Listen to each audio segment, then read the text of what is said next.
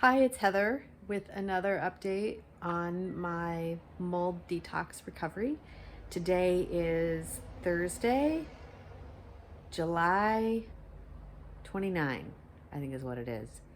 And this week I got all of my advanced lab work done with the new clinic that I'm working with, and had my evaluation appointment with the new doctor I'm working with. He was fantastic.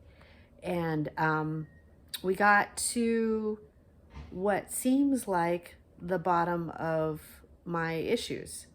And I can't tell you, like, mentally how relieved I am to have that kind of clarity and to feel like the doctor is prescribing a really specific plan to exactly match where my needs are.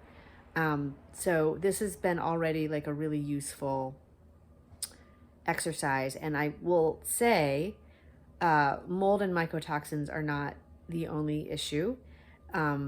There is the presence of Lyme and co-infections. There are some antibiotic resistant bacterial infections in my sinus cavity.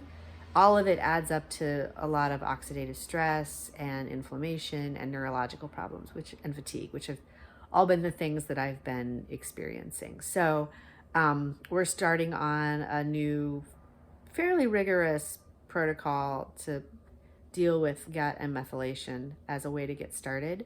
And then we're going to be kind of looking at the mold and the bacteria and other things as we go. This is not a short process. This is a long process.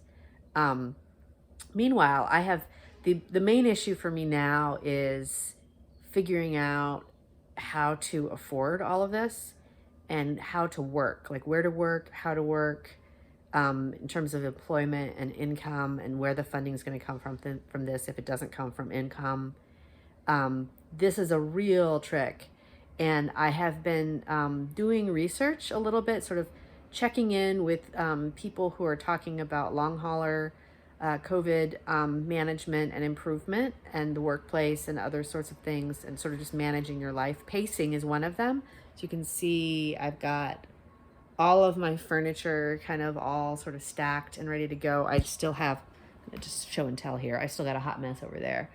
But I have been working for probably 3 weeks now in little bursts, on packing my stuff and taking it to a temporary storage place so that I'm not going to be going up and down the stairs 100 times on Saturday. This week I'm doing it, I'm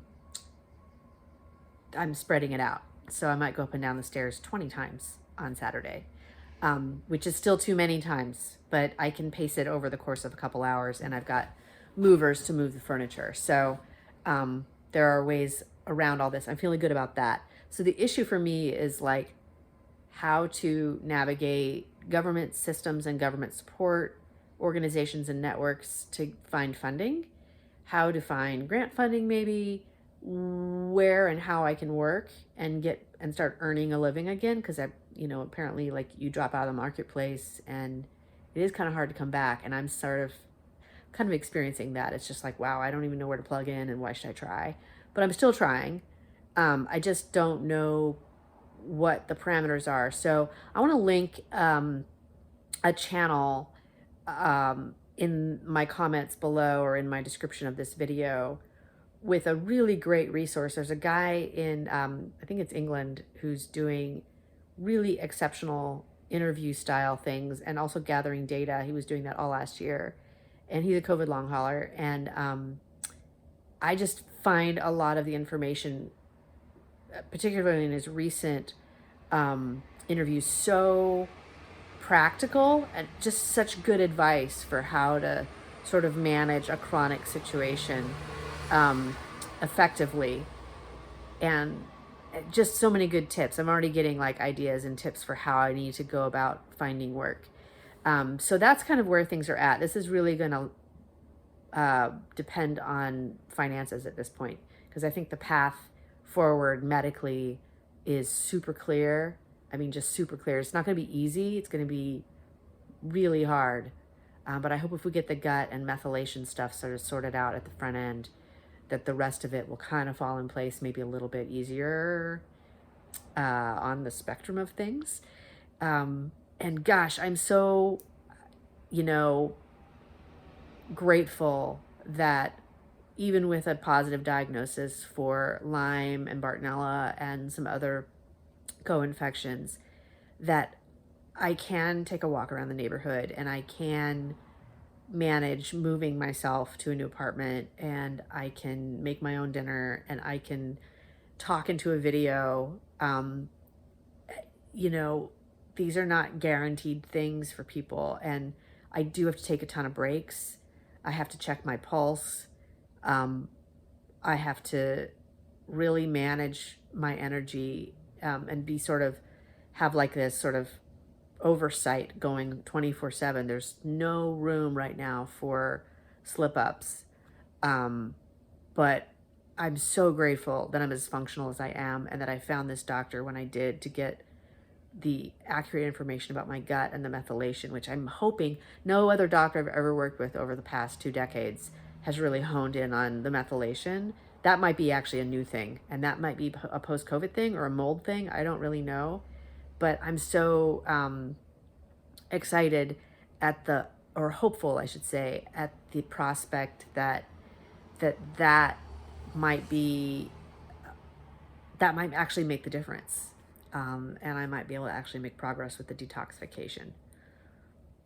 I'm really hopeful. So right now I'm sort of trying to rally some support around figuring out how to do the money part and get the support I need around that. So that's my update. Check out the link below if you're curious, or if you have family members or friends, or you have employees that are experiencing these like chronic long hauler symptoms. It can give you a lot of insight and tips into how to make things work. It seems to be an exponentially large issue that we're heading into sort of collectively. And I would love for it to get handled with a lot of consciousness, so that people don't suffer on both ends of things, on all sides. Okay, that's my update. I am back to packing boxes.